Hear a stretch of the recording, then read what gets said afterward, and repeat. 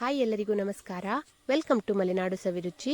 ಇವತ್ತು ತುಂಬಾ ರುಚಿಕರವಾಗಿರುವಂತಹ ಬೆಂಡೆಕಾಯಿಂದ ಪಲ್ಯನ ಹೇಗೆ ಮಾಡ್ಕೊಳ್ಳೋದು ಅಂತ ನೋಡೋಣ. ಯಾಕೆಂದರೆ ಬೆಂಡೆಕಾಯಿ ಪಲ್ಯ ಕೆಲವರಿಗೆ ತುಂಬಾ ಇಷ್ಟ ಆಗುತ್ತೆ, ಕೆಲವರಿಗೆ ಇಷ್ಟ ಆಗಲ್ಲ. ಯಾಕೆಂದರೆ ಒಂಥರ ಲೋಳೆ ಥರ ಅನಿಸುತ್ತೆ ಅಂತ ಕೆಲವರಿಗೆ ಇಷ್ಟ ಆಗಲ್ಲ. ಆದರೆ ನಾನು ಈಗ ಮಾಡೋ ರೀತಿಯಲ್ಲಿ ಮಾಡಿಕೊಂಡ್ರೆ ಸ್ವಲ್ಪ ಕೂಡ ಲೋಳೆ ಥರ ಅನಿಸೋದಿಲ್ಲ, ತುಂಬ ಉದುರಾಗಿ ಬರುತ್ತೆ. ನಾವು ಬೇರೆ ಎಲ್ಲ ಪಲ್ಯ ಮಾಡ್ಕೋತೀವಲ್ಲ ಅದೇ ರೀತಿಯಾಗಿ ಉದುರಾಗಿರುವಂತಹ ಪಲ್ಯ ಬರುತ್ತೆ.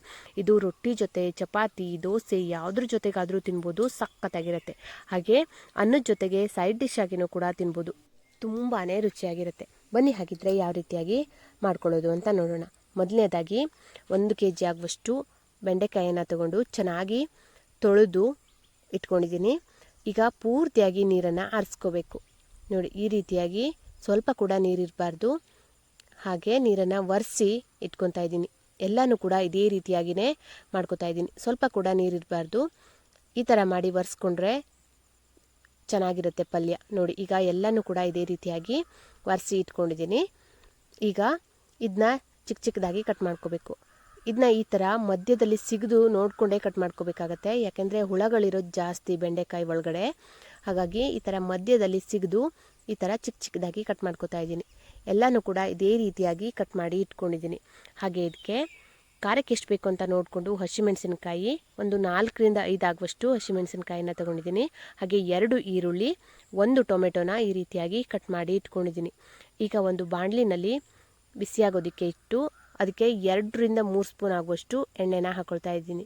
ಎಣ್ಣೆ ಬಿಸಿ ಆದಮೇಲೆ ಕಟ್ ಮಾಡಿ ಇಟ್ಕೊಂಡಿರುವಂತಹ 2 ಈರುಳ್ಳಿನ ಹಾಕಿ ಈರುಳ್ಳಿ ಸ್ವಲ್ಪ ಫ್ರೈ ಆಗೋ ತನಕನೂ ಬೇಯಿಸ್ಕೋಬೇಕು. ಹಾಗೆ ಒಂದು ಸ್ವಲ್ಪ ಕರಿಬೇವಿನ ಸೊಪ್ಪನ್ನು ಹಾಕಿ ಚೆನ್ನಾಗಿ ಇದನ್ನ ಫ್ರೈ ಮಾಡ್ಕೋತಾ ಇದ್ದೀನಿ. ಈಗ ಇದು ಆಲ್ಮೋಸ್ಟ್ ಬೆಂದಿದೆ.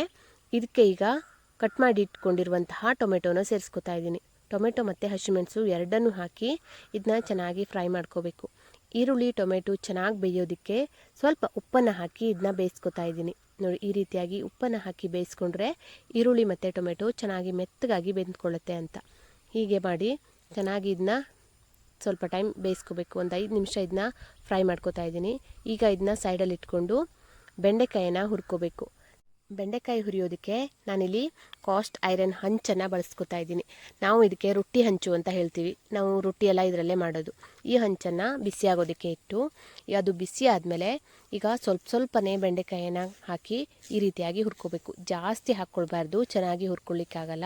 ಹಾಗಾಗಿ ಈ ರೀತಿಯಾಗಿ ಸ್ವಲ್ಪನೇ ಹಾಕಿ ಇದನ್ನ ಹುರ್ಕೋಬೇಕು. ಇದಕ್ಕೆ ಎಣ್ಣೆ ಏನೂ ಹಾಕಬಾರ್ದು, ಹಾಗೇ ಇದನ್ನ ಹುರಿದು ಇಟ್ಕೋಬೇಕಾಗತ್ತೆ. ಇದು ಸ್ವಲ್ಪ ಚೆನ್ನಾಗಿ ಘಮ ಬರೋ ತನಕನೂ ಹುರ್ಕೋಬೇಕು.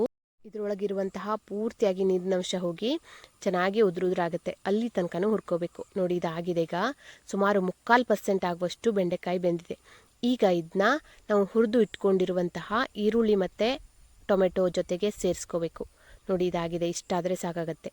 ಇದನ್ನ ಈಗ ಈರುಳ್ಳಿ ಜೊತೆ ಸೇರಿಸ್ಕೊಂಡು ಈಗ ಉಳಿದಿರುವಂತಹ ಮತ್ತೆ ಬೆಂಡೆಕಾಯನ್ನು ಇದೇ ರೀತಿಯಾಗಿ ಹುರ್ಕೋತಾ ಇದ್ದೀನಿ.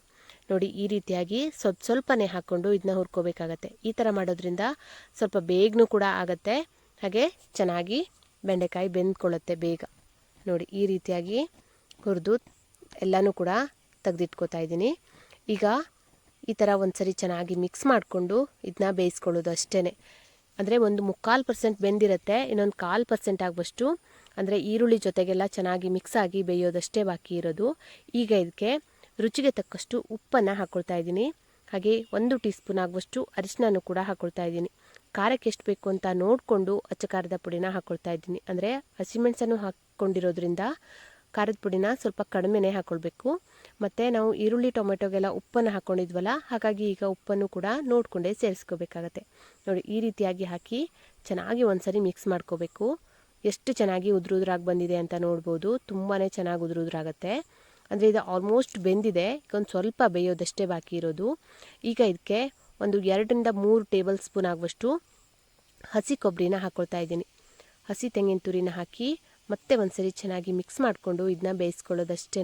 ಇದಕ್ಕೆ ಎಣ್ಣೆ ಹಾಕದೇ ಇರೋದ್ರಿಂದ ತಳ ಹಿಡಿಯೋ ಚಾನ್ಸಸ್ ತುಂಬಾ ಇರುತ್ತೆ. ಹಾಗಾಗಿ ಈ ರೀತಿಯಾಗಿ ಚೆನ್ನಾಗಿ ಮಿಕ್ಸ್ ಮಾಡ್ಕೊತಾ ಬೇಯಿಸ್ಕೊಂಡ್ರೆ ತುಂಬಾ ರುಚಿಯಾಗಿರುತ್ತೆ. ತೆಂಗಿನಕಾಯಿ ಹಾಕೋದು ಇಷ್ಟ ಇಲ್ಲ ಅನ್ನೋರು ಹಾಗೇನೂ ಕೂಡ ಮಾಡ್ಕೋಬೋದು. ಈ ಥರ ಕಾಯಿ ತುರಿ ಹಾಕಿದ್ರೆ ಟೇಸ್ಟ್ ತುಂಬಾ ಚೆನ್ನಾಗಿ ಬರುತ್ತೆ. ಈಗ ಒಂದು ಲಿಡ್ಡನ್ನು ಕ್ಲೋಸ್ ಮಾಡಿ ಒಂದು 5 ನಿಮಿಷ ಇದನ್ನ ಲೋ ಫ್ಲೇಮ್ನಲ್ಲೇ ಬೇಯಿಸ್ಕೋಬೇಕು. ನೋಡಿ, ಈ ರೀತಿಯಾಗಿ ಬೇಯಿಸ್ಕೊಂಡಿದ್ದೀನಿ. ಎಷ್ಟು ಚೆನ್ನಾಗಿ ಉದ್ರುದ್ರಾಗಿ ಬಂದಿದೆ ಅಂತ. ತುಂಬಾ ಚೆನ್ನಾಗಿರುತ್ತೆ. ಟೇಸ್ಟ್ ಕೂಡ ಸಖತ್ತಾಗಿರುತ್ತೆ. ನಾರ್ಮಲಾಗಿ ಹಾಗೇ ಪಲ್ಯ ಮಾಡೋದಕ್ಕಿಂತ ಈ ರೀತಿಯಾಗಿ ನಾವು ಹುರಿದು ಹಾಕಿ ಮಾಡ್ತೀವಲ್ಲ, ಅದ್ರ ಟೇಸ್ಟು ತುಂಬ ಅಂದರೆ ತುಂಬಾ ಚೆನ್ನಾಗಿರುತ್ತೆ. ನೋಡಿ ಈ ರೀತಿಯಾಗಿ ಎಷ್ಟು ಉದ್ರುದ್ರಾಗಿ ಬಂದಿದೆ ಅಂತ. ಈ ಥರ ಬೆಂಡೆಕಾಯಿ ಇಷ್ಟ ಇಲ್ಲನೋರು ಕೂಡ ತಿಂತಾರೆ, ಅಷ್ಟೊಂದು ಚೆನ್ನಾಗಿ ಬರುತ್ತೆ. ನಾನಿವತ್ತು ದೋಸೆ ಜೊತೆಗೆ ಸರ್ವ್ ಮಾಡ್ತಾಯಿದ್ದೀನಿ. ಹಾಗೆ ಮಧ್ಯಾಹ್ನದ ಊಟಕ್ಕೂ ಕೂಡ ಪಲ್ಯ ಇದನ್ನೇ ಸರ್ವ್ ಮಾಡ್ತಾಯಿದ್ದೀನಿ. ತುಂಬ ಅಂದರೆ ತುಂಬ ರುಚಿಯಾಗಿ ಬಂದಿತ್ತು. ಈ ಥರ ನೀವು ಕೂಡ ಒಂದ್ಸರಿ ಟ್ರೈ ಮಾಡಿ ಹೇಗಿತ್ತು ಅಂತ ನನಗೆ ಕಮೆಂಟ್ ಮಾಡಿ ತಿಳಿಸಿ. ಹಾಗೆ ನನ್ನ ಈ ವಿಡಿಯೋ ಇಷ್ಟ ಆಗಿದ್ರೆ ಪ್ಲೀಸ್ ಒಂದು ಲೈಕ್ ಕೊಡಿ. ಹಾಗೆ ನಿಮ್ಮ ಫ್ರೆಂಡ್ಸ್ ಆ್ಯಂಡ್ ಫ್ಯಾಮಿಲಿಗೆಲ್ಲ ಶೇರ್ ಮಾಡ್ಕೊಳ್ಳಿ. ಹಾಗೆ ಯಾರೆಲ್ಲ ಮೊದಲನೇ ಸರಿ ನನ್ನ ವಿಡಿಯೋನ ನೋಡ್ತಾ ಇದ್ದೀರಾ ಪ್ಲೀಸ್ ಸಬ್ಸ್ಕ್ರೈಬ್ ಮಾಡ್ಕೊಳ್ಳಿ. ನಿಮ್ಮ ಅನಿಸಿಕೆನ ನನಗೆ ಕಮೆಂಟ್ ಮಾಡಿ ತಿಳಿಸಿ. ಮುಂದಿನ ವಿಡಿಯೋದಲ್ಲಿ ಮತ್ತೆ ಸಿಗ್ತೀನಿ. Thank you.